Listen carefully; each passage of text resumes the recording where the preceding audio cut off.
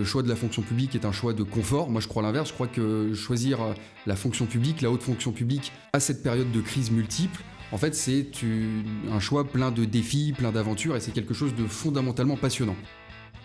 Mais dans chaque administration, il y a toujours, on le sait, une forme d'inertie qui va se créer naturellement vis-à-vis de certaines décisions politiques. Et donc, un de mes sujets, ça a été de surmonter le côté « c'est compliqué ». Et le secrétaire général, pour m'être agréable et pour dire quelque chose de positif, avait dit oui, il travaille énormément, sur telle note, il nous l'a envoyé à 3h du matin, vraiment il a une force de travail qui est importante. Et en fait ça m'a énormément pénalisé. Bienvenue sur Ambition Publique, le podcast qui donne la parole à des jeunes fonctionnaires pour transmettre leur ambition pour la chose publique. En revenant d'abord sur leur parcours personnel, on essaie de comprendre le cheminement pour devenir fonctionnaire. Ensuite, on se concentre sur leur poste et sur leurs missions actuelles dans le service public. Enfin, des conseils très personnels sont donnés pour réussir les concours. Aujourd'hui, c'est au tour de Maxime Tory, 31 ans, administrateur civil à la sortie de l'ENA et maire depuis 3 ans de Montmorency, de revenir sur son parcours. On s'intéresse en particulier à son quotidien d'élu local, au service des usagers et à la diversité de ses domaines d'action. Surtout, il nous montre comment la jeunesse peut devenir une force pour la décision publique. Avant de vous souhaiter bonne écoute, n'hésitez pas à vous abonner, à noter le podcast et à le partager autour de vous si vous aimez la démarche et le contenu. Bonne écoute.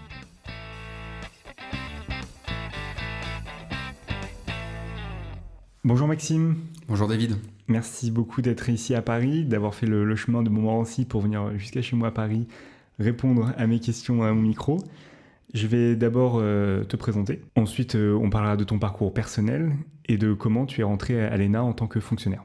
Maxime Tory, tu es né le 7 mai 1991 dans le Val d'Oise. Tu intègres Sciences Po Paris après le bac en 2009.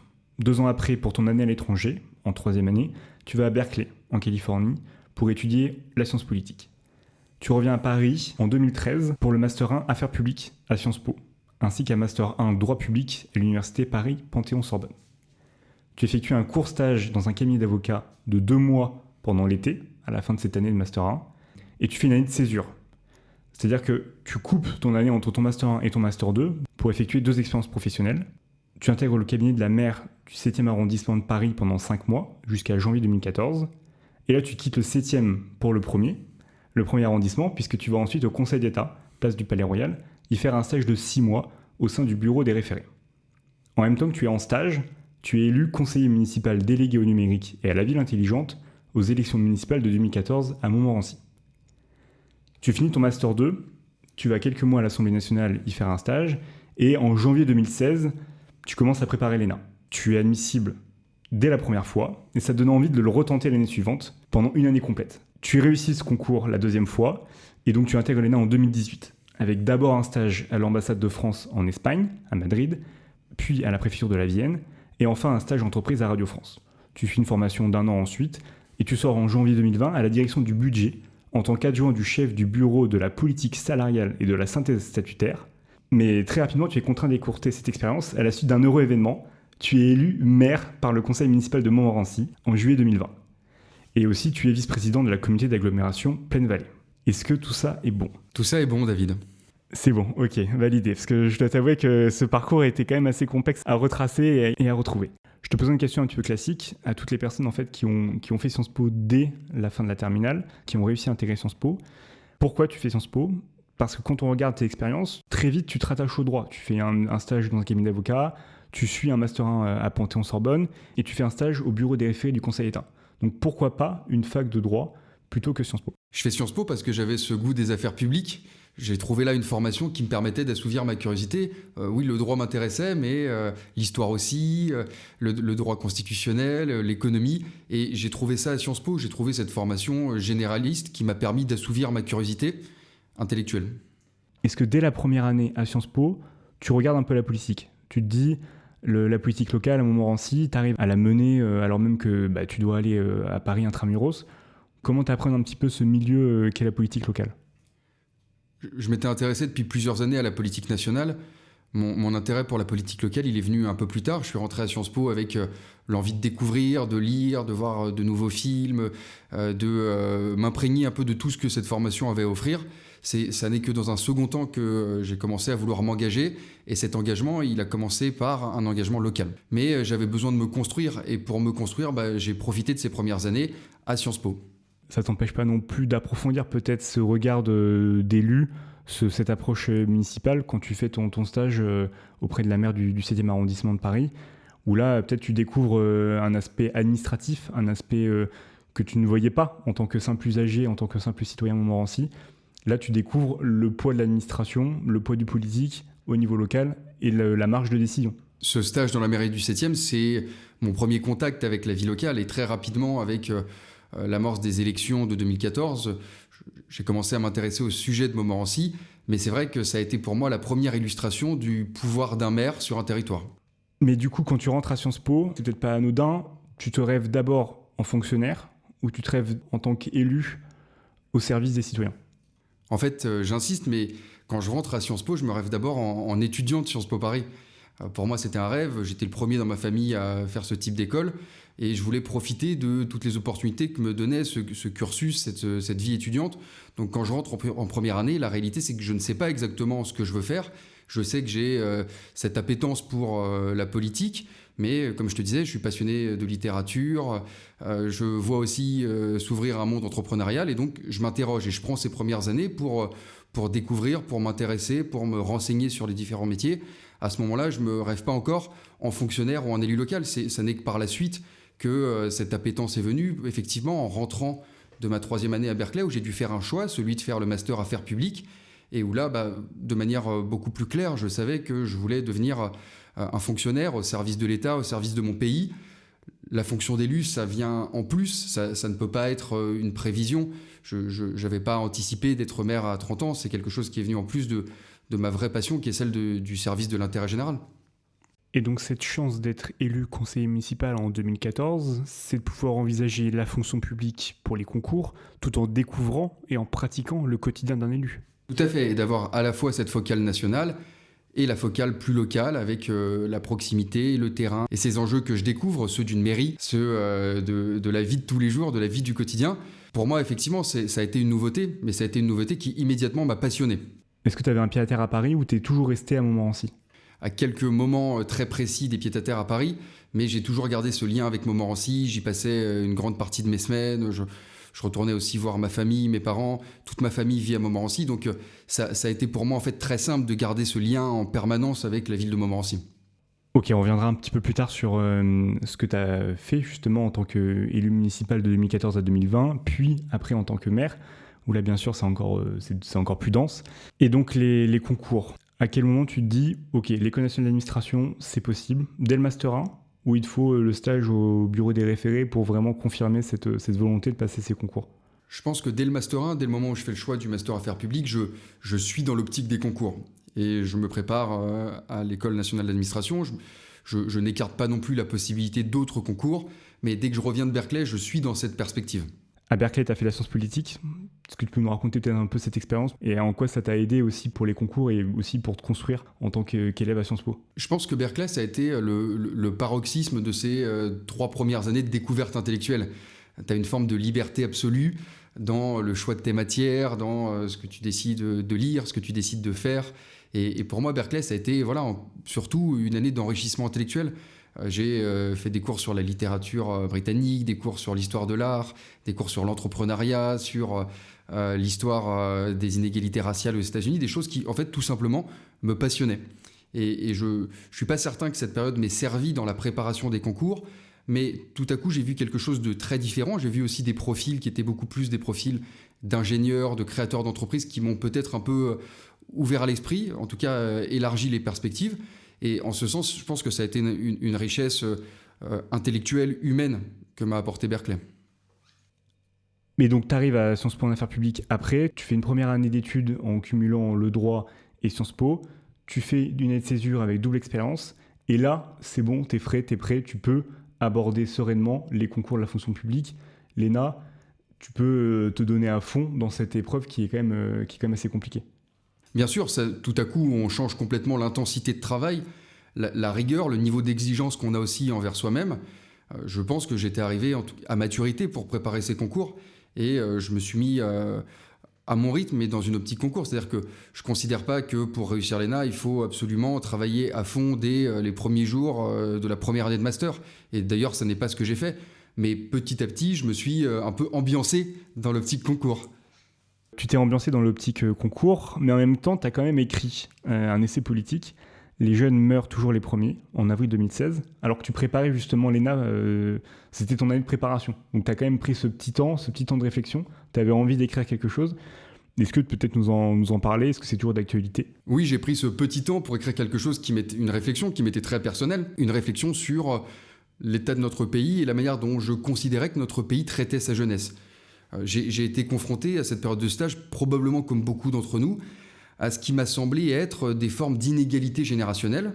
Et j'ai essayé, très, très modestement, avec mon regard de jeune de 25 ans, d'analyser les raisons de ces inégalités générationnelles. Et une des raisons pour laquelle j'ai écrit ce livre, c'est parce que j'avais le sentiment qu'il y avait des mesures concrètes à proposer, et qu'au-delà de ça, cet arbitrage qui est plutôt en défaveur de la jeunesse était notamment lié à une absence de représentation de la jeunesse en politique. Ce qui fait que c'est parfait, tu peux mettre en œuvre des propositions, des recommandations en tant que toi, élu local, et aussi au service de l'État quand tu intègres l'ENA. Ça me fait la parfaite transition, ton livre, avec une question que j'aime bien poser, c'est l'ambition pour la fonction publique, l'ambition pour l'intérêt général. Et donc toi, quand tu passes les concours et de ta courte expérience de fonctionnaire, mais aujourd'hui maintenant de maire, quelle ambition tu portes pour la fonction publique? En fait, je porte une ambition à deux égards et à mon échelle.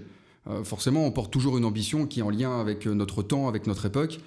Et je pense qu'au moment où je décide de passer l'ENA, je suis animé à la fois par l'idée selon laquelle l'engagement au service des autres est une formidable aventure humaine, alors qu'on pourrait parfois penser que le choix de la fonction publique est un choix de confort. Moi, je crois l'inverse. Je crois que choisir la fonction publique, la haute fonction publique, à cette période de crise multiple, en fait, c'est un choix plein de défis, plein d'aventures, et c'est quelque chose de fondamentalement passionnant. C'est pas le choix du confort, c'est le choix de l'aventure. La deuxième intuition ou ambition qui m'anime au moment où je passe l'ENA, elle est évidemment liée aux événements qui se déroulent au moment où je passe l'ENA. C'est-à-dire que moi, je passe l'ENA quelques semaines, quelques mois après le Bataclan. Je passe l'ENA, comme beaucoup d'entre nous, dans un pays en crise. Et donc avec le sentiment qu'il y a en France une république, un État qui mérite d'être défendu, qui mérite de voir leur niveau d'exigence, de voir la préservation de l'intérêt général défendu. Ça, je pense que ça a été quelque chose d'assez fondamental pour moi, cette idée qu'il y avait plus que jamais besoin d'engagement, qu'il y avait un État, une démocratie, une république à défendre. Alors évidemment, on ne le fait pas tout seul, on le fait collectivement par notre exigence, par notre travail, par notre capacité à concilier des intérêts divergents. Mais je pense que c'est quelque chose qui m'a motivé et qui me passionnait vraiment, et qui me passionne toujours d'ailleurs. Qui te passionne toujours avec les nouvelles difficultés, la crise sanitaire, la crise des Gilets jaunes juste avant. Il faut aussi savoir s'adapter. Ça me donne une transition encore parfaite pour peut-être l'objet, l'œuvre d'art, le film qui a été signifiant pour toi. À toi de me dire, bien sûr, tu as toute liberté. Je crois qu'il ne faut pas faire reposer un engagement sur une œuvre d'art, sur un livre, parce que ce qui doit nourrir ton intérêt pour la chose publique, ce qui doit nourrir aussi ton intérêt pour la politique, en fait, c'est le fait d'aimer les gens. Et je crois que ça, c'est fondamental. C'est bien d'aimer les livres, c'est bien d'aimer les films, et ça éclairera probablement ta prise de décision en tant que haut fonctionnaire ou en tant que responsable politique. Mais c'est avant tout ce sentiment de fraternité, cette volonté d'être utile à ton prochain, ce fait d'aimer fondamentalement les gens. Une fois qu'on a dit ça, évidemment que, comme chacun d'entre nous, il y a des œuvres qui m'ont influencé, qui m'ont inspiré. Et parmi ces œuvres, moi, il y en a une qui me vient en tête, c'est Ode à l'homme qui fut la France, de Romain Gary, où il présente le général de Gaulle comme un rêveur hautement contagieux, et où il développe cette idée selon laquelle un des plus grands bienfaits du général de Gaulle, c'est d'avoir fixé un niveau d'exigence tellement haut pour la France, pour l'idée qu'il se fait de l'homme, qu'il dit derrière naît une civilisation. C'est-à-dire que même si on n'arrive pas complètement à atteindre ce niveau d'exigence, en fait, cet aiguillon nous permet de nous dépasser. Je vais pas te demander si t'es gaulliste du coup, mais parce que c'est vrai qu'aujourd'hui en débat politique, tout le monde se réfère à De Gaulle comme une sorte de création d'une civilisation politique, institutionnelle, républicaine. C'est dans ce sens-là que tu le vois aussi toi quand tu as lu ce livre, où tu te dis mais oui, tout commence en 1958, ou peut-être même un petit peu avant. Quelle est ton interprétation ? En tout cas, ce qui, moi, m'a plu chez De Gaulle, mais qui se retrouve chez d'autres hommes politiques, chez d'autres figures historiques, chez d'autres figures littéraires, c'est la définition de ce que doit être l'engagement au service des autres, c'est-à-dire un sens de l'État, un sens de la France et un sens de l'humain. Et je pense que c'est difficile de concilier les trois. Qu'on peut avoir des gens qui s'engagent parce qu'ils aiment leur pays, parce qu'ils aiment l'État, mais qui oublient un peu l'équation humaine derrière. Et à l'inverse, le risque, lors de l'exercice de fonction locale, ça peut être de faire passer l'humain, l'échange direct, en perdant un peu ce sens de l'intérêt général, ce sens de la France, ce sens d'un intérêt aggloméré qui transcende les simples intérêts locaux. Parce qu'en soi, pour toi, l'intérêt communal, c'est vraiment là où commence l'attachement à l'intérêt pour la France? Ou est-ce que c'est plus dans la somme de ces communes et dans la représentation de l'État au niveau local? En fait, je pense que c'est les deux. Les deux ne sont pas incompatibles. Les maires, les mairies sont des piliers de la République. Elles mettent la démocratie à portée de chacun. Et en ce sens, elles sont absolument essentielles. Mais ce sens de la commune, ce sens du territoire ne doit pas faire oublier le sens de l'État. Moi, je ne rêve pas d'un pays qui soit composé simplement de communes. Je rêve d'un pays qui ait cette approche de la proximité liée au mandat communal, mais qui, en parallèle, ait une ambition pour la France et une ambition pour l'avenir. Remettre la mairie au centre de la démocratie locale. C'est la bonne conclusion de cette partie 1. On va pouvoir basculer sur la partie 2, sur tes missions en tant que maire et comment tu fais au quotidien pour justement œuvrer pour tes citoyens.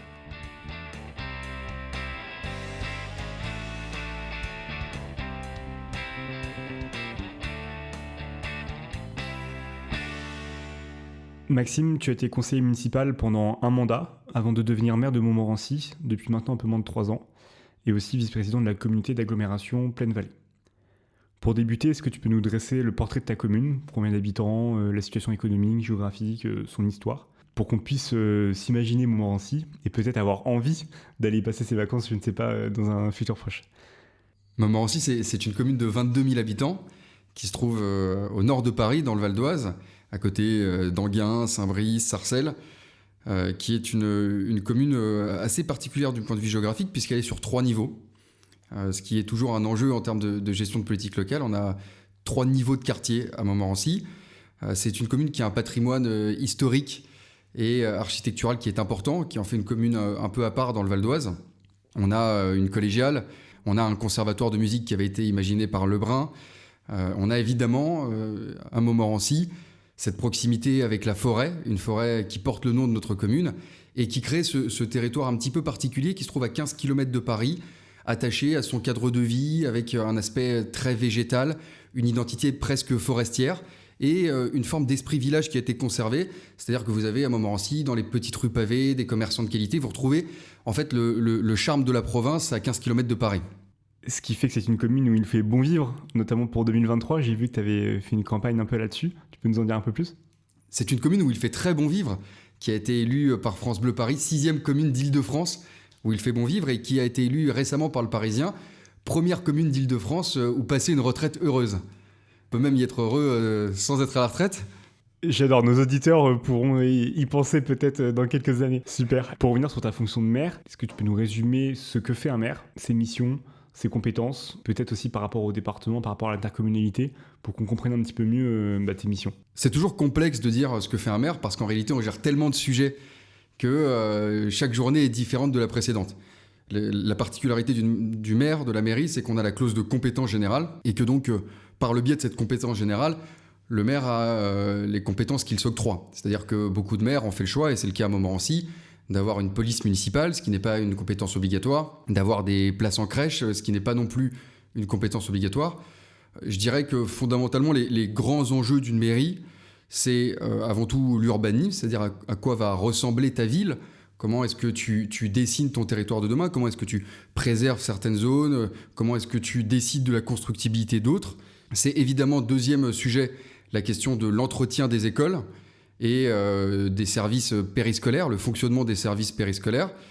Donc ça, c'est quelque chose qui nous occupe au quotidien. À Montmorency, on a près de 3000 élèves dans nos écoles maternelles ou primaires, donc c'est évidemment un gros pan de la politique. Tu as dans une mairie, évidemment, tous les sujets qui sont liés à la préservation du cadre de vie, les services techniques qui sont la vitrine de ta ville, la propreté, les espaces verts, les bâtiments, la voirie, Pour te donner un exemple, à Montmorency, on a à entretenir 80 km de voirie. Et par rapport à la forêt, c'est une compétence locale ou alors c'est peut-être la préfecture qui récupère À Montmorency, c'est l'ONF qui gère une grande partie de la forêt de Montmorency. Alors évidemment, nous, en tant que maire, on est consultés, on a un rôle d'influence, mais ça reste une compétence de l'ONF. Donc plusieurs missions, et j'avais vu aussi que tu étais élu municipal en 2014-2020 sur le développement numérique. Est-ce que ça, c'est encore quelque chose que tu as donné en délégation à quelqu'un qui gère ça ou raconte-nous ce projet, comment ça a avancé? Sur le numérique, c'est une mission qui m'avait passionné. Aujourd'hui, il y a beaucoup d'objectifs qu'on s'était fixés qui ont été remplis, c'est-à-dire d'avoir un territoire fibré. Aujourd'hui, on est à plus de 95% de fibres sur le territoire. D'avoir ce qui n'existait pas auparavant, la création d'une page Facebook de la ville. Ça peut sembler aujourd'hui assez basique, mais en fait, ça n'existait pas et ça a un peu révolutionné dans beaucoup de villes la communication municipale. D'avoir une application citoyenne également qui nous permettait de communiquer directement. L'application Montmorency, c'est quelque chose que j'avais porté à l'époque. Donc aujourd'hui, je dirais qu'on a toute cette partie numérique, développement du numérique, communication numérique, qui est plus gérée par la direction de la communication et de l'événementiel. Quand tu parles de la direction de tes fonctionnaires, c'est combien en termes d'équipe? À Montmorency, on a plus de 350 agents. C'est un budget de 40 millions d'euros par an. Donc c'est déjà une grosse structure et c'est vrai, une structure qui se dispatche entre différentes grandes directions.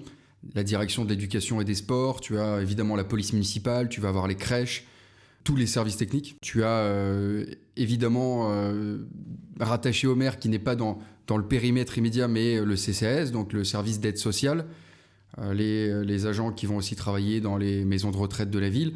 Donc c'est un périmètre assez large avec des missions extrêmement variées. Je n'oublie pas évidemment tous les services supports qui permettent à la mairie de fonctionner. Le service des finances, la commande publique, la direction de la communication, de l'événementiel. Le service RH. Tu fais bien de me le dire, je me serais fait disputer par mon adjointe. Comment on fait pour s'intégrer en tant que jeune élu, jeune fonctionnaire qui a aimé le technique, qui a aimé passer les concours, découvrir le droit, l'économie, les finances publiques, et quand on doit seulement, si j'ose dire, décider, mais ne pas rentrer dans le technique, ne pas rentrer dans le détail, ne pas rentrer dans la compétence de l'administration, sinon tu aurais sans doute fait l'INET pour être administrateur territorial. Comment on mesure cette approche uniquement politique? Ce que tu dis, c'est intéressant parce que ça supposerait que le politique doit s'éloigner du technique. C'est vrai d'une certaine manière, mais je mettrais des nuances. C'est-à-dire que évidemment, pour décider, il faut avoir cette capacité de s'extraire de la complexité. Comme disait Paul Valéry, que de choses il faut ignorer pour agir. Donc c'est un peu notre rôle en tant qu'élu, en tant que maire, c'est d'incarner cette volonté politique directement issue du suffrage universel, de la volonté des électeurs qui nous ont portés aux responsabilités, de la volonté d'ailleurs de tous les Montmorenciens aujourd'hui qui habitent dans notre commune. Et en même temps, tu dois avoir cette maîtrise technique qui me semble essentielle justement pour que la volonté politique ne soit pas parasitée par des complexités techniques. Moi, un de mes grands enjeux lorsque je suis arrivé, j'ai énormément de respect pour mon administration, on ne ferait rien sans eux, mais dans chaque administration, il y a toujours, on le sait, une forme d'inertie qui va se créer naturellement vis-à-vis de certaines décisions politiques. Et donc, un de mes sujets, ça a été de surmonter le côté « c'est compliqué ». Ce côté c'est compliqué, je te confirme qu'il se retrouve vraiment très facilement. En fait, dès qu'il y a une difficulté, on va se dire bon bah, est-ce qu'il n'y a pas plus simple? Est-ce qu'on va aller jusqu'au bout? Est-ce qu'on veut vraiment atteindre ce résultat fixé par l'élu? Est-ce qu'il est pertinent? On le remet en question. On va peut-être produire des notes qui vont être guidées, orientées pour ne présenter qu'une seule possibilité, alors qu'en fait il y en a d'autres. Et c'est vrai que toi, peut-être c'est l'avantage en tant qu'élu et qui du coup est passé par l'École nationale d'administration, qui a un bagage peut-être politique publique un peu plus complet, plus costaud, permet de jauger et dire attention, là on me soumet une note un petit peu partielle et donc là tu es capable toi, de peut-être remettre sur le droit chemin en disant non mais en fait l'objectif, ce qu'on veut c'est d'abord viser ça et après vraiment si c'est trop compliqué, si c'est trop difficile, si peut-être il y a les organisations syndicales qui se mobilisent, il y a une complexité qui est vraiment présente, peut-être on revient en arrière. C'est un peu comme ça que tu le vois? En tout cas, je pense que mon rôle de maire, c'est à la fois d'avoir une maîtrise technique suffisante pour être capable d'appréhender la complexité, mais aussi de la challenger, de challenger la proposition qui m'est faite en disant oui, ok, c'est compliqué, mais je vois des solutions qui vont nous permettre de nous extraire de cette complexité et de traduire la volonté des habitants de Montmorency. Et à mon sens, ce qui va avec, c'est ma deuxième mission vis-à-vis de l'administration, c'est de donner du sens, d'expliquer pourquoi cette volonté politique a lieu d'être. Pourquoi est-ce qu'on poursuit un objectif politique? Pourquoi est-ce que la demande des Montmorenciens nous semble pertinente? Et pourquoi il faut être capable de s'extraire de la complexité pour faire aboutir l'objectif politique. Est-ce que le budget, le droit, les finances publiques, c'est vraiment tes matières qui t'intéressent particulièrement parce que tu as eu une approche technique avant, ou en fait non, c'est tous les sujets et plutôt justement le technique, tu es capable de les chiffrer, mais tu es bien content de le laisser à l'administration? Forcément, ton parcours antérieur te donne des clés de compréhension plus ou moins poussées en fonction des thématiques. Et évidemment que les sujets financiers, les sujets juridiques, c'est des choses que je regarde avec une attention toute particulière. Mais en réalité, quand tu es maire, tout t'intéresse parce que tout peut avoir un effet important sur la qualité de vie de tes habitants. Donc mon rôle à moi, c'est d'être généraliste, de m'intéresser à tout, de m'assurer que tout soit cadré, que tout avance et qu'il n'y ait pas une note discordante dans la collectivité. Est-ce qu'il y a des choses qui t'ont surprise par le degré de travail nécessaire pour comprendre, l'enjeu de la voirie, l'enjeu du scolaire, du périscolaire?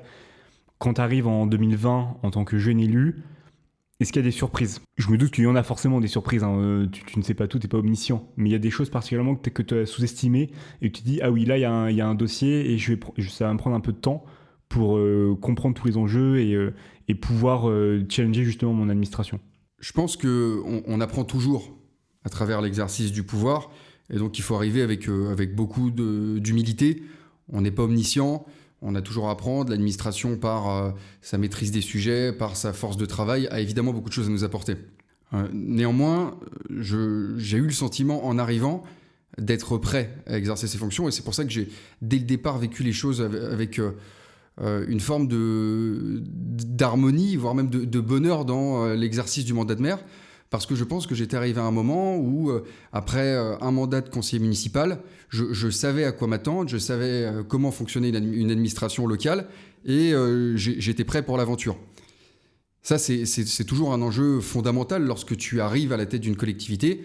Voilà, gouverner est un apprentissage permanent et j'avais pu être confronté à cet exercice du pouvoir pendant 6 ans. Néanmoins, je pense qu'il y a des choses que de l'extérieur, peut-être on ne maîtrise pas, c'est la masse de sujets d'une mairie. C'est-à-dire qu'en fait, lorsque vous gérez une mairie, vous êtes toujours en permanence sur 3 temporalités parallèles. L'urgence, le péril ordinaire ou imminent, la voirie qui menace de s'effondrer à tel endroit, évidemment la crise sanitaire qui a supposé de créer en urgence des centres de vaccination, toutes ces choses-là. Deuxième temps, c'est le quotidien, celui qui est absolument essentiel, les gens qui ont des problèmes, qui vont avoir un problème avec le bateau devant chez eux, qui ont un problème de trottoir, qui ont un problème de crèche, qui ont un problème dans une école, qui vont avoir un problème de sécurité. Et notre rôle, c'est de répondre à tout ça, de les écouter et de pouvoir répondre à leurs attentes. Et le troisième temps qu'on vient de pas oublier, qui est celui du temps long. C'est-à-dire comment est-ce qu'on travaille pour faire monter en gamme une ville sur le temps long ? Comment est-ce qu'on travaille pour transformer positivement une ville, pour que la qualité de vie des habitants soit supérieure à ce qu'elle était lorsqu'on est arrivé. Et en fait, ces 3 temps, cette multitude de sujets, elle nécessite un travail intense, elle nécessite une connaissance technique de très très très très nombreux sujets d'une ville. Elle nécessite également une connaissance extrêmement fine de chaque problématique de territoire, de chaque rue. Moi, dans ma ville, je connais la moindre rue parce que je pense qu'on ne peut gouverner que de cette manière-là. Et donc, c'est probablement que lorsqu'on arrive, on ne peut être qu'impressionné par la charge de travail, son intensité, l'ampleur des défis et la multitude des enjeux. En parlant justement d'ampleur, de multitude de dossiers, quand tu étais conseiller municipal, donc pendant 6 ans, la charge de travail, c'était combien de temps? Tu passes 5-6 heures par semaine? Comment ça marchait? C'était par projet, par période? Parce que bon, tu passes quand même l'ENA en même temps, donc tu as fait beaucoup de choses pendant ces 6 ans, professionnellement. Tu pourrais peut-être penser que voilà, c'est une mission à côté de ta vie professionnelle. Maintenant, quand tu es maire, je suppose que c'est un métier, c'est pas un 35 heures, mais en tout cas, c'est une fonction, c'est une mission que tu es obligé d'assurer à plein temps et que tu peux plus te permettre de travailler à côté. Est-ce que tu peux nous raconter un petit peu ce basculement et ces ordres de grandeur en fait, en termes de disponibilité, en termes de temps? Je pense que ça dépend de l'engagement de chacun dans son mandat. Mais si je devais te répondre de manière extrêmement caricaturale, je pense que quand tu es conseiller municipal, tu vas avoir 1 ou 2 réunions ou représentations par semaine. Si tu es conseiller municipal délégué, en général, tu seras chargé de projets, donc tu vas avoir des temps assez définis, sans véritable gestion du quotidien. Tu vas y passer quelques heures par semaine. Lorsque tu deviens adjoint, et notamment adjoint sur des problématiques extrêmement prenantes comme l'urbanisme ou le scolaire, là, tu as toute une partie de gestion du quotidien et de l'urgence qui est plus importante. Et je pense que ça va représenter entre 1 et 3 jours par semaine. Je te coupe parce que tu as fait une distinction que je n'ai pas forcément insisté et auquel je pense nos éditeurs aimeraient avoir plus de détails. Tu as parlé donc de conseiller municipal délégué, mais après aussi des adjoints. Donc les adjoints, c'est ceux qui reçoivent une délégation parmi les missions du maire, c'est ça? Et ensuite, les délégués, c'est plutôt sur un petit projet, une approche particulière. Toi, sur le numérique, justement, tu étais délégué, mais pas adjoint. C'est ça. En fait, tu as effectivement le conseiller municipal qui va participer à la vie municipale, aux réunions, au conseil municipal. Tu as le conseiller délégué qui, lui, va être chargé d'une délégation, puisqu'en fait, chaque adjoint, chaque conseiller délégué reçoit ses délégations du maire. Donc ça va être le numérique, c'est-à-dire qu'on va avoir des délégations un peu plus au périmètre un peu plus circonscrit qui vont nécessiter une certaine quantité de travail.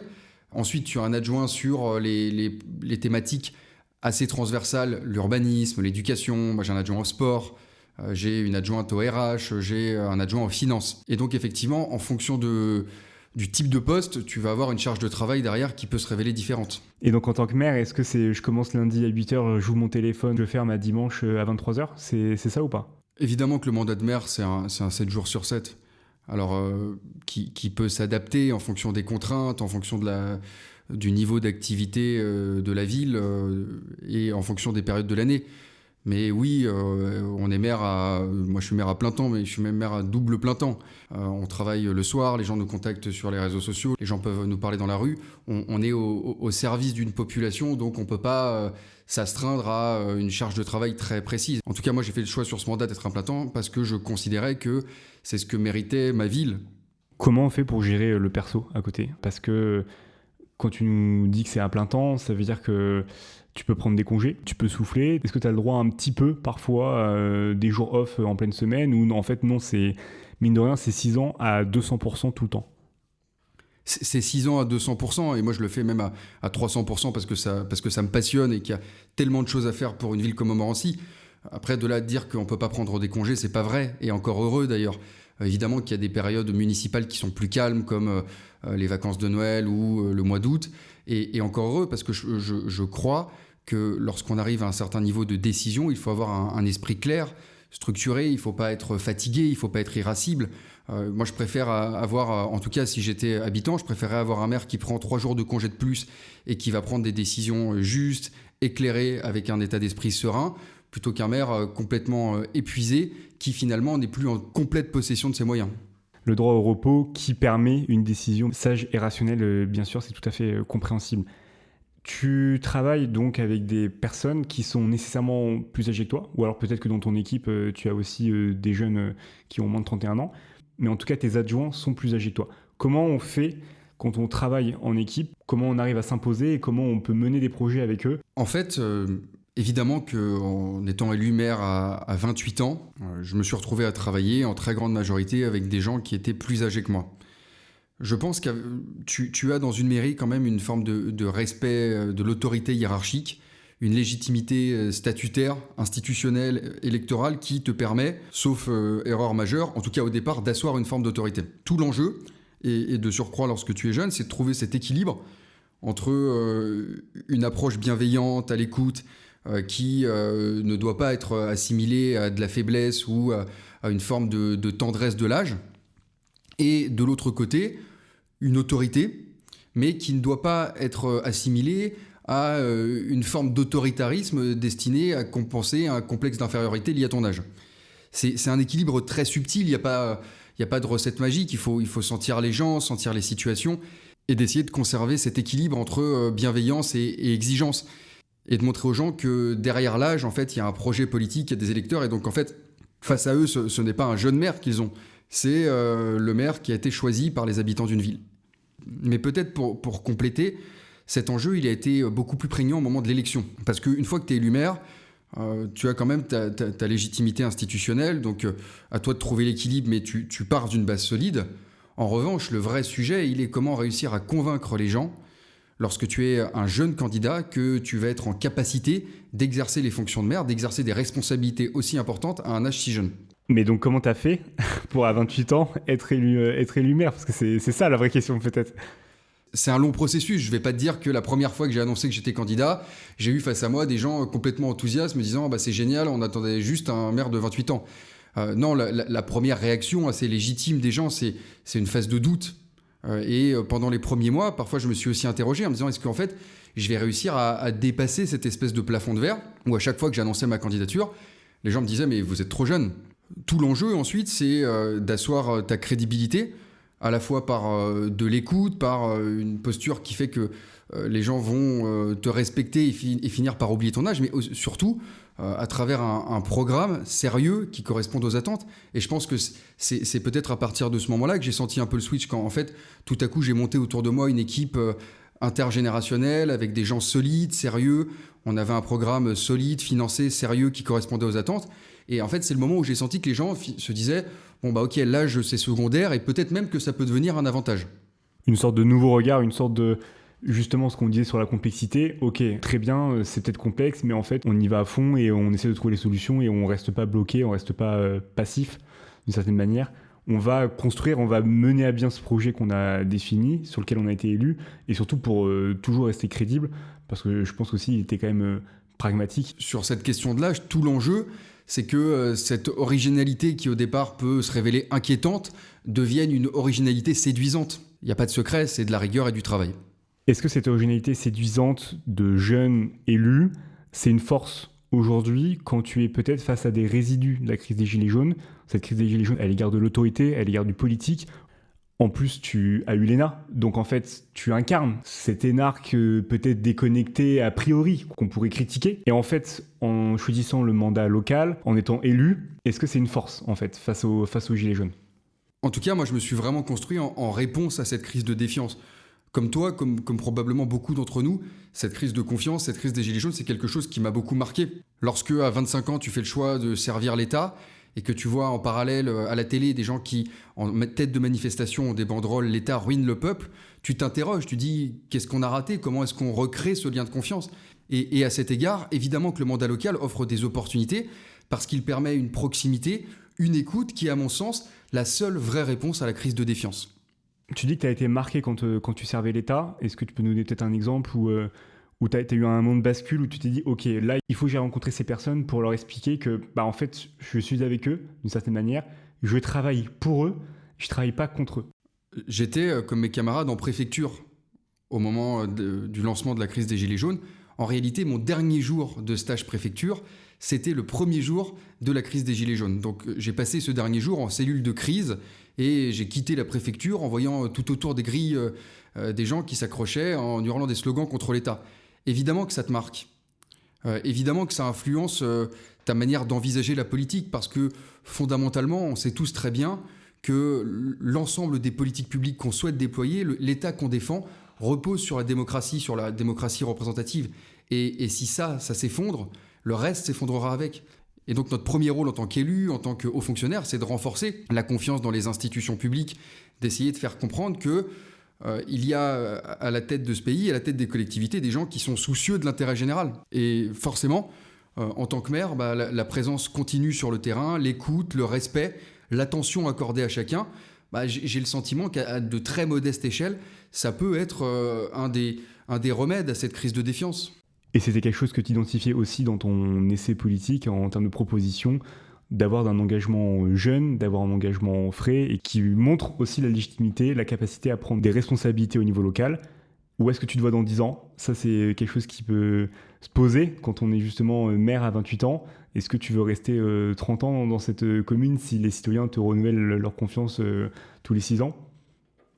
Non, je ne suis pas dans cet état d'esprit. J'aime passionnément ma ville, je suis vraiment absolument passionné par ce que je fais, par la perspective de transformer positivement mon territoire, cette ville où j'ai grandi, où vit ma famille. Néanmoins, j'ai toujours considéré qu'on n'avait pas vocation à exercer des mandats politiques pendant une période extrêmement longue. Alors évidemment, ça dépend de la commune, ça dépend de l'aspiration de chacun. Moi, j'espère que je saurai m'appliquer cette volonté de renouvellement. Je pense que 2-3 mandats, ça reste correct à une échelle locale. Mais je ne m'imagine pas maire de Montmorency dans 30 ans. Je m'imagine observateur attentif de la vie politique de Montmorency. J'ai surtout vocation à servir l'État. C'est le sens de mes études. Évidemment, je pense qu'à un moment, j'aurai vocation d'une manière ou d'une autre à revenir. Et ce qui est très intéressant, à mon sens, dans ces perspectives, c'est l'idée de nouvelles aventures. Moi, je ne veux pas forcément faire la même chose pendant 30 ans. Je crois que ce qui fait le sel de l'engagement public, c'est d'avoir aussi des aventures renouvelées. En fait, il faut faire les choses avec passion. Je pense que le jour où tu perds un peu la flamme, il faut savoir se retirer, il faut savoir être lucide sur soi-même. Et j'espère que j'aurai cette lucidité et que je retrouverai toujours dans les aventures professionnelles au service de l'intérêt général, que ce soit au niveau local ou au niveau national, je retrouverai toujours cette flamme du service des autres. En tout cas, tu nous l'as bien transmise aujourd'hui. On va passer à la partie 3 sur les conseils que tu peux donner à nos auditeurs.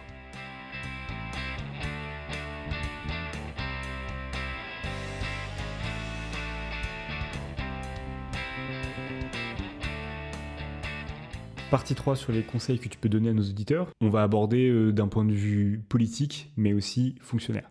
Est-ce que tu as une anecdote, un conseil à nous raconter sur une de tes expériences professionnelles que tu aurais aimé savoir avant d'arriver face à ces situations et peut-être qui pourrait servir pour nos auditeurs dans le cas futur? Avec plusieurs expériences professionnelles, il y en a toujours plusieurs, mais il y a une anecdote qui me vient en tête et qui s'est passée pendant mon stage préfecture. Et je me suis dit rétrospectivement, j'aurais bien voulu le savoir. J'avais un peu un quotidien de moine soldat quand j'étais en préfecture, parce que ça me passionnait, parce que je voulais m'investir dans mes missions. Et donc je travaillais énormément, j'espérais, comme tout le monde, avoir une bonne note en stage préfecture. Et j'ai perdu des points, j'ai été mis en difficulté par un élément que je n'avais pas vu venir. C'est-à-dire que lorsque la direction des stages de l'ENA est venue, elle a fait son tour d'évaluation, elle a discuté un peu avec tout le monde, et le secrétaire général, pour m'être agréable et pour dire quelque chose de positif, elle a dit oui, il travaille énormément, sur telle note, il nous l'a envoyé à 3h du matin, vraiment il a une force de travail qui est importante. Et en fait ça m'a énormément pénalisé, et j'ai perdu des points parce que ce que m'a dit la direction des stages et que j'entends aujourd'hui, c'était en fait si vous envoyez des notes à 3h du matin, c'est que vous n'êtes pas organisé. Et non, je suis désolé. Envoyer un mail à 3h du matin, le droit à la déconnexion, peut-être en 2017, c'était pas encore d'actualité, 2017-2018, mais waouh. Non, mais alors, je finissais pas tous les jours à 3h du matin, mais on était sur un sujet très précis, sur une note qui m'avait demandé beaucoup de temps, qui était une commande politique, qu'il fallait envoyer à une date très précise. Et c'est vrai que par volonté de bien faire, j'avais beaucoup travaillé et je l'avais envoyé très tard. Ok, très bien. Donc ça veut dire qu'il faut quand même continuer à bosser, mais peut-être... Mais simplement planifier sur Outlook pour les envoyer à 8h30. Exactement, c'est ce que j'allais te dire. C'est le petit tips pour éviter de tomber dans ce cas de figure. Ok. Est-ce que tu as une citation, un dicton qui t'anime au quotidien, soit en tant que fonctionnaire, mais aussi en tant qu'élu, et que tu aimerais partager avec nous? Alors, je pense que si j'avais un dicton qui m'animait au quotidien, ce serait un peu inquiétant. En revanche, il y a un dicton qui peut en tout cas inspirer mon engagement politique. Et voilà, une phrase qui avait été prononcée par Raymond Aron, qui moi m'a beaucoup plu, m'a touché. Raymond Aron disait « Je crois que rien n'est jamais acquis, que tout est toujours à sauver et qu'il n'y aura jamais de repos sur terre pour les hommes de bonne volonté. » C'est une phrase qui a résonné en moi, qui, je trouve, peut ressembler à certains égards au travail du maire, à celui du fonctionnaire. Rien n'est jamais acquis, tout est toujours à sauver. Et surtout de garder de la bonne volonté pour faire son travail avec plaisir. Et ça rejoint ce que tu disais aussi sur cette transition professionnelle. Une fois qu'on a fait le tour du poste, une fois qu'on a fait le tour des missions, de se réinventer et de toujours avoir cette fraîcheur, peut-être ce regard nouveau. Est-ce que tu aurais un conseil sur la forme et sur le fond pour préparer les concours, et notamment le concours de l'École nationale d'administration? Sur la forme, un des conseils que je pourrais donner, c'est d'avoir beaucoup de compassion pour soi-même dans 8 mois, c'est-à-dire soi-même quelques jours avant les concours, et de préparer des fiches qui seront extrêmement synthétiques, qui pourront être relues au dernier moment. Moi, en tout cas, c'est quelque chose que je m'étais appliqué et qui s'est révélé assez utile. Et sur le fond, apprenez vos fiches. Ok, très bien, beau conseil. Apprenez ces fiches, ça va sans dire, puisque quand on fait cette préparation, donc sur une année quasiment, on commence en septembre, bon, toi tu avais commencé en janvier, mais bon, sur ton année de préparation, sur ta deuxième année de préparation, c'est donc un temps long, et quand on arrive à l'été, il est toujours plus aisé, plus confortable de se reposer en lisant des fiches qu'on a déjà manipulées toute l'année, et donc on va juste sauvegarder, se réconforter, et surtout ne pas apprendre de nouveaux éléments. Et si les fiches sont bien faites, le mois de juillet-août permet vraiment de consolider, et je pense que c'est ce que tu voulais dire, voilà, sur le fait de faire des fiches pour aborder cette étape finale du marathon que sont la préparation des concours, et de pouvoir apprendre correctement. Tout à fait, en fait, tu as 2 étapes décisives avant chaque épreuve. Je pense que c'est le dernier mois et le dernier jour. C'est-à-dire que tu dois à la fois être en capacité de simplifier le travail sur le dernier mois pour accumuler les connaissances. Et en tout cas, moi j'aimais bien, je sais, avant chaque épreuve, avoir la capacité, à travers des fiches extrêmement synthétisées, de réactualiser l'ensemble des connaissances que j'avais pu voir sur le dernier jour. Il y a plusieurs écoles sur cette approche des derniers jours. Moi, j'avoue que je n'étais pas trop de ton école à toi. C'était plutôt les 3 derniers jours de ne rien faire, de regarder juste des films, ce qu'on aime, de se balader, de se promener, juste de faire le vide. Mais le vide, vraiment, 3 jours, on ne voit personne quasiment, mais le vide. Et ensuite, chaque veille et le matin, pareil, on y va tranquillement, calme. Et à 13h30, quand ça commence, là, le cerveau rentre en ébullition et il est capable de tout ressortir et de ne pas me noyer. Voilà, je sais que moi, c'était plus mon approche. Mais voilà, il y a d'autres écoles et dans la tienne. Mais elle se défend tout à fait. Moi, j'avoue que j'étais peut-être un peu trop contrôle fric pour être capable de prendre cette distance sur les 3 derniers jours. En revanche, dans ce que tu dis, il y a quelque chose d'intéressant. Et moi, j'ai vu une différence sur les 2 concours que j'ai passés. C'est en tout cas sur les oraux, j'avais fait un choix un peu différent. La première année, il y avait tellement de connaissances sur les oraux que je travaillais très très tard, je dormais 2-3 heures et j'espérais simplement être en capacité de me souvenir de tout au moment de l'oral. Sur la deuxième session, notamment au grand oral, j'avais fait un choix différent qui était celui de dormir beaucoup plus et d'arriver avec un esprit clair, structuré et un peu plus frais. Et ça s'est vu ? Ça s'est vu. Et donc, comment on réussit ce deuxième grand oral que tu as passé ? C'est quoi les conseils que tu peux donner ? Pour rappel, pour les auditeurs, le grand oral de l'ENA, c'est 1 quart d'heure sur ma vie, mon œuvre, parcours personnel, etc. Pourquoi je veux faire l'ENA. Deuxième partie d'1 quart d'heure sur une mise en situation professionnelle. Et une troisième partie sur des questions diverses, de culture générale, d'actualité. Et même si, voilà, au moment où on parle, les épreuves ont changé. Et il me semble que le grand oral de l'ENA va être rallongé d'1 quart d'heure. Mais je ne connais pas encore les modalités précises. Et donc, comment tu as réussi ce second grand oral avec un peu plus de sommeil, mais aussi peut-être sur le contenu de la présentation, c'est quoi tes conseils ?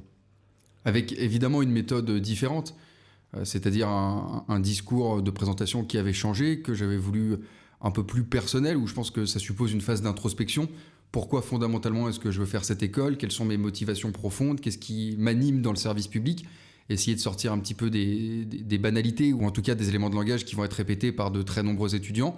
Voilà, apporter un peu de corps, un peu d'originalité à cette présentation. Ensuite, sur la réponse aux questions, j'avais changé ma méthode, c'est-à-dire que j'étais passé d'une volonté de tout savoir, qui est complètement absurde et absolument inatteignable, à une tentative de structurer davantage mes réponses pour avoir des réponses équilibrées, plus nuancées, qui révélaient plus un esprit en train de réfléchir, de structurer son raisonnement, qu'un esprit complètement ankylosé par la masse de connaissances apprises.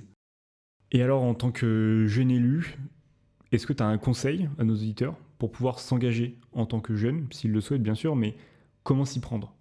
Le conseil que je pourrais donner, évidemment, ça ne va pas te surprendre, c'est de commencer par l'échelon local, et notamment l'échelon communal. Je pense qu'il y a de vraies opportunités en s'engageant sur une liste de découvrir l'exercice concret du pouvoir au niveau local, la manière dont chacun à notre modeste échelle, on peut améliorer la vie des gens. Mon deuxième conseil, ce serait de ne pas accepter la remarque selon laquelle on est trop jeune. Ça aussi, ça ne te surprendra pas. Et de faire les choses si ça vous passionne et de les faire avec passion. Je pense que la différence finit par se voir. Merci pour cette remarque qui, j'espère, suscitera des vocations chez nos auditeurs pour devenir élus, ou en tout cas pour s'emparer un petit peu de cette chose publique. Dans la suite, un petit peu aussi de ton essai politique que tu avais écrit et de ton engagement, toi, en tant que maire. Est-ce que tu as des conseils de lecture, notamment sur l'exercice du pouvoir, local peut-être, mais aussi fonctionnaire, des conseils de lecture qui t'ont marqué ? Oui, il y a notamment 2 livres qui m'ont marqué pour leur approche des relations humaines, pour leur finesse d'analyse des dynamiques politiques. Je pense à Fouché de Stefan Zweig et je pense à Mémoire d'Adrien de Marguerite Yourcenar. C'est 2 livres qui m'ont vraiment marqué, que j'ai trouvé d'une intelligence, d'un raffinement, d'une finesse absolue. Il faut que tu m'en dises plus sur ces 2 livres qui sont plutôt historiques. Qu'est-ce qu'il y avait derrière qui t'a semblé vraiment ultra intéressant pour ton métier, pour l'exercice du pouvoir ? En fait, ce qui m'a semblé intéressant dans ces livres qui traitent de faits anciens, c'est les leçons qu'on peut en tirer, les sous-jacents dans l'exercice du pouvoir actuel. Sur le livre de Fouché, ça n'est pas seulement une biographie, c'est une analyse extrêmement fine des rapports de force politiques, des dynamiques d'exercice du pouvoir, de la manière dont Fouché a pu manipuler les foules, de la manière aussi dont cette hubris peut perdre celui qui l'exerce. C'est un livre absolument passionnant qui va très très au-delà de la biographie, qui est d'une justesse et d'une actualité sur les rapports de force politique qui est absolument exceptionnelle.